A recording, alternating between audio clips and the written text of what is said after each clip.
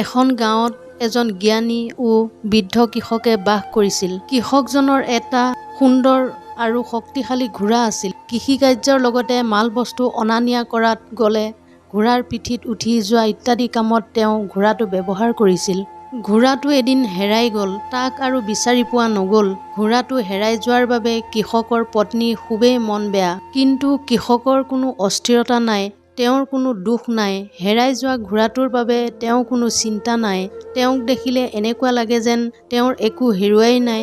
আশে-পাশে থকা ওচৰ চুবুৰীয়াই কৃষকক আহি ক'লে, আপোনাৰ কি দুৰ্ভাগ্য, এটাই মাত্ৰ ঘোঁৰা আছিল, সেইটো হেৰাই গ'ল।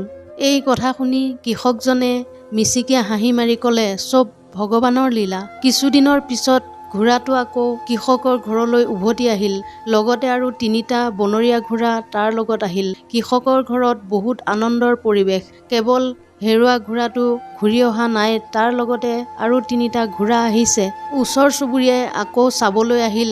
সকলোৱে কৃষকক ক'লে, আপোনাৰ কি সৌভাগ্য, কেৱল হেৰুৱা ঘোঁৰাটো পোৱা নাই, তাৰ লগতে আৰু ৩টা ঘোঁৰা পালে। কৃষকে আগৰ দৰে মিচিকিয়া হাঁহি মাৰি ক'লে, চব ভগৱানৰ লীলা। কেইদিনমানৰ পিছত কৃষকৰ একমাত্ৰ ল'ৰাটো এটা বনৰীয়া ঘোঁৰাত উঠিব চেষ্টা কৰে আৰু সি ঘোঁৰাৰ পৰা পৰি তাৰ ভৰি এটা ভাঙি যায়।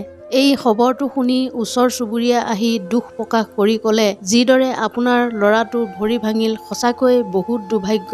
কৃষকে আগৰ দৰে এইবাৰো মিচিকিয়াই হাঁহি মাৰি ক'লে, চব ভগৱানৰ লীলা। পিছদিনা কৃষকৰ ঘৰত ৰজাৰ সৈন্য আহি উপস্থিত হ'ল। যুদ্ধৰ বাবে তেওঁলোকে গাঁৱৰ ল'ৰাবোৰক ধৰি নিছে। কিন্তু কৃষকৰ ল'ৰাটো ভৰি ভঙা দেখি তাক নিনিলে। এইবাৰ ওচৰ চুবুৰীয়াই আহি কৃষকক ক'লে, আপোনাৰ সঁচাকৈয়ে বহুত সৌভাগ্য, আপোনাৰ ল'ৰাটো যুদ্ধত গৈ মৰিবলগীয়া নহয়।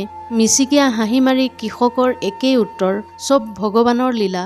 বৃদ্ধ কৃষকৰ জীৱনত যি ঘটিছে সেয়া ভাল হওক বা বেয়া, তেওঁ সকলোবোৰ গ্ৰহণ কৰি লৈছে। এই গল্পৰ শিক্ষা, মানুহৰ জীৱনত ভাল বেয়া হ'বই। জীৱনত বেয়া সময় আহিলে আমি ভাঙি পৰোঁ, হতাশ হৈ পৰোঁ, আমাৰ ধৈৰ্য নাইকিয়া হৈ যায়। সেই বেয়াবোৰ আঁৰত ভাল কিবা আমাৰ জীৱনত আহে, যিটো আমি অনুভৱ কৰিব নোৱাৰোঁ।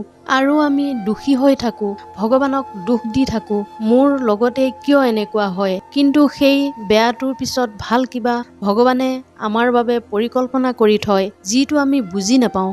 আৰু এইটো বুজিবলৈ কেৱল মাত্ৰ সময়ৰ প্ৰয়োজন। সময় পাৰ হ'লে আপুনিও বুজি পাব, সেই বেয়াটোৰ আঁৰত ভাল কিবা আপোনাৰ জীৱনত ঘটিছে। আপুনি নিজে এবাৰ ভাবি চাওক, এনেকুৱা কিবা ঘটনা আপোনাৰ লগত অতীতত ঘটিছিল আৰু তেতিয়া আপোনাক বহুত বেয়া লাগিছিল, আৰু এতিয়া বা কি ভাল হৈছে বা হৈ আছে। সেয়ে জীৱনত বেয়া কিবা হ'লে অধৈৰ্য নহ'ব, বেছি দুখ নকৰিব, চিন্তাত ডুবি নাথাকিব। যি হয় ভালৰ কাৰণে হয়, এইটো সদায় মনত ৰাখিব। জীৱনৰ 3টা চমৎকাৰী চিন্তা। নম্বৰ 1, টেনচনে আপোনাক মাৰি পেলোৱাৰ আগতে টেনচনক হত্যা কৰক। অযথা টেনচনৰ পৰা দূৰত থাকক। সকলো সময়তে পজিটিভ চিন্তা ভাৱনা কৰক। নম্বৰ 2, লক্ষ্যই আপোনাক গুৰ মাৰি দিয়াৰ আগতে আপুনি লক্ষ্যত উপনীত হওক। কেৱল ভাবি ভাবি জীৱন পাৰ নকৰিব। নম্বৰ 3, জীৱনে আপোনাক এৰি যোৱাৰ আগতে সুন্দৰভাৱে জীৱন যাপন কৰক। জীৱনটো কটাব এৰি জীয়াব শিকক। দূৰত্বৰ দ্বাৰাই ভালপোৱাৰ গভীৰতা জোখা হয়। কাষত থাকিলেচোন অপৰিচিত মানুহজনেও আপোন কৰি লয়। যেতিয়া দেখিবা তেওঁ তোমাৰ চেহেৰা, তোমাৰ যোগ্যতা, তোমাৰ পৰিয়াললৈ কথা শুনাইছে, তেতিয়া কিন্তু বুজি ল'বা তেওঁৰ তোমাৰ প্ৰতি ভালপোৱা নাছিল। যি আছিল সেইটো হ'ল কেলকুলেশ্যন। মোৰ দুখ কষ্ট কাৰোবাৰ হাঁহিৰ কাৰণ হ'ব পাৰে, কিন্তু মোৰ হাঁহি যেন কাৰো দুখ কষ্টৰ কাৰণ নহয়। যিজনে নিজৰ ভুল স্বীকাৰ কৰে তেওঁ কেতিয়াও সৰু হৈ নাযায়, বৰং তেওঁ সন্মান আৰু বাঢ়ি যায়। স্ত্ৰীৰ গাত হাত তোলাৰ আগতে 100 বাৰ ভাবক, ভৱিষ্যতে আপোনাৰ ছোৱালীজনীৰ বিয়া হ'ব। আপোনাৰ ছোৱালীৰ গাত যদি তেওঁ স্বামীয়ে হাত তোলে, তেনেহ'লে আপুনি দেউতাক হৈ সেইটো ছোৱালীৰ মুখত শুনিলে কেনেকুৱা লাগিব ভাবি চাওকচোন। স্ত্ৰীৰ গাত হাত তোলাতকৈ তেওঁৰ ভুল দেখুৱাই দিয়ক, তেওঁক বুজাওক, ফলত অশান্তি দূৰ হৈ শান্তি আহিব সংসাৰত। মা দেউতাৰ কথামতে চলা। মা দেউতাৰ সন্মানৰ প্ৰতি ধ্যান দিয়া। ধন সম্পত্তিৰ লোভ নকৰিবা, ৰূপৰ গৌৰৱ নকৰিবা, অহংকাৰ নকৰিবা। অলপতে কান্দি দিয়া ছোৱালীবোৰ সকলোতকৈ ভাল, যিয়েই তোমাৰ যৌৱনৰ সমস্ত ভালপোৱা সাঁচি ৰাখে, কেৱল মাত্ৰ তাইৰ স্বামীৰ বাবে। পৃথিৱীৰ ৰং সলনি হয় সূৰ্য ডুব গ'লে আৰু মানুহৰ ৰং সলনি হয় স্বাৰ্থ পূৰণ হ'লে। আহাৰ যিমানেই দামী হওক পচি গ'লে যিদৰে তাৰ কোনো দাম নাথাকে, তেনেদৰে এজন মানুহ যিমানেই শিক্ষিত নহওক কিয় মানৱতা নাথাকিলে তেওঁৰ কোনো মূল্য নাথাকে। জীৱনত সমস্যা আহিলে তাৰ পৰা আঁতৰি নাথাকি সেই সমস্যাৰ মুখামুখি হওক। মনত ৰাখিব, সমস্যাবিহীন সফলতাৰ কোনো আনন্দ নাই। সকলোৱে যে আপোনাক ভাল পাব সেইটো কেতিয়াও আশা নকৰিব, কাৰণ আপুনি নিজেও জানো সকলোকে ভাল পায়। চকুৰে নেদেখাজনেই অন্ধ নহয়। আনৰ মিছা কথা বিশ্বাস কৰা, আনক ভুল বুজাটো এক প্ৰকাৰৰ অন্ধ। এটা বাস্তৱতা, আজি আপুনি যাৰ ব্যৱহাৰ, যাৰ কথাত মুগ্ধ হৈ আছে, এদিন তেওঁৰ ব্যৱহাৰ, তেওঁৰ কথাই আপোনাৰ অন্তৰ সৎবিষদ কৰি দিব। পৰিশ্ৰমে শৰীৰৰ লগতে চেহেৰাৰো কিছু ক্ষতি কৰে, কিন্তু ভৱিষ্যত সুন্দৰ কৰি দিয়ে। জীৱনত ডাঙৰ হ'বলৈ হ'লে কাণৰে কম শুনিব লাগে, মুখেৰে কথা কম ক'ব লাগে, কেৱল কাম কৰি যাব লাগে নীৰৱে। সময়ে মানুহক নতুনকৈ জীয়াব শিকালেও সকলো পাহৰি যাব নিশিকায়, আৰু সকলোবোৰ পাহৰি যোৱাটো ইমান সহজো নহয়। বৰ্তমান সময়ত ভদ্ৰতাৰ কোনো মূল্য নাই। বৰ্তমানৰ সময়ত ভদ্ৰতাক মানুহে দুৰ্বলতা বুলি ভাবে। কম উপাৰ্জন কৰক, কিন্তু সৎ পথত কৰক। আপোনজন কমিব, কিন্তু আত্মসন্মান নকমে। কোনোবাই দুখ লুকুৱাই সুখত থাকে আৰু কোনোবাই দুখ প্ৰকাশ কৰি সুখত থাকে। কোনোবাই মুখ বুজি অৱহেলা সহ্য কৰে আৰু কোনোবাই অৱহেলাৰ বিনিময়ত অৱহেলা ঘূৰাই দিয়ে। কোনোবাই ভাল পাই সুখত ৰাখে আৰু কোনোবাই ভাল পাই কষ্টত ৰাখে।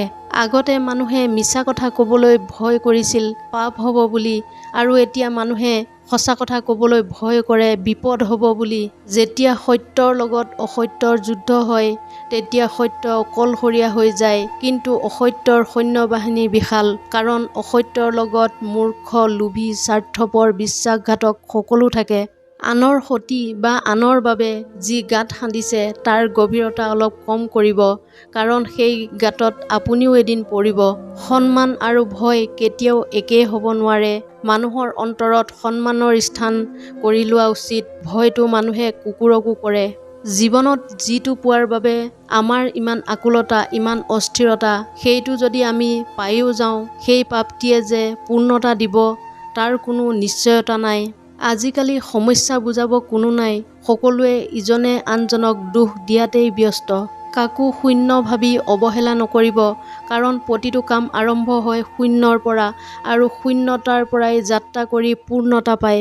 অভাৱ সকলোৰে থাকে, কাৰোবাৰ টকাৰ, কাৰোবাৰ শিক্ষাৰ, কাৰোবাৰ মানৱতাৰ, কাৰোবাৰ ভালপোৱাৰ। আনৰ ক্ষতি কৰাৰ পৰা বিৰত থাকক। আনৰ ক্ষতি কৰিলে নিজৰো ক্ষতি হ'ব।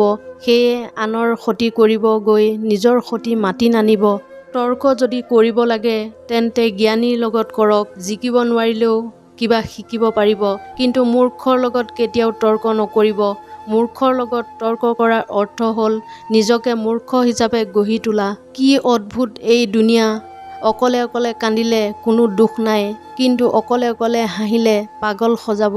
খুচুৰা পইচাৰ শব্দ সকলো সময়তে বেছি হয়, কিন্তু বেছি টকাৰ নোটৰ কোনো শব্দ নাই। সেয়ে সকলোৱে নিজৰ মূল্য বুজিবলৈ কথা কম কওক। সময়ে আপোনাৰ মূল্য সময়ত সকলোকে বুজাই দিব। বহু ঠাইত বৰ্ডত লিখা থাকে কুকুৰৰ পৰা সাৱধান। তেনেদৰে সমাজৰ বিষাক্ত মানুহৰ গাতো যদি লিখা থাকিল হয় এই মানুহজনৰ পৰা সাৱধান, তেন্তে সহজ সৰল মানুহবোৰ ৰক্ষা পৰিলহেঁতেন। যিজনে আপোনাৰ কাষত আহি আনৰ নিন্দা কৰিব, তেওঁ আনৰ আগত আপোনাৰো নিন্দা কৰিব। সেয়ে এনেকুৱা মানুহৰ পৰা নিজকে যিমান পাৰে দূৰত ৰাখিব। জীৱনত টকা নহয়, ব্যৱহাৰ ডাঙৰ। কাৰণ মৰিশালীত 4 কোটি টকা নহয়, 4জন মানুহে এৰি যাব। নিজৰ ছাঁটো যেতিয়া ক'লা, সেয়ে ৰূপৰ অহংকাৰ কৰি কি লাভ?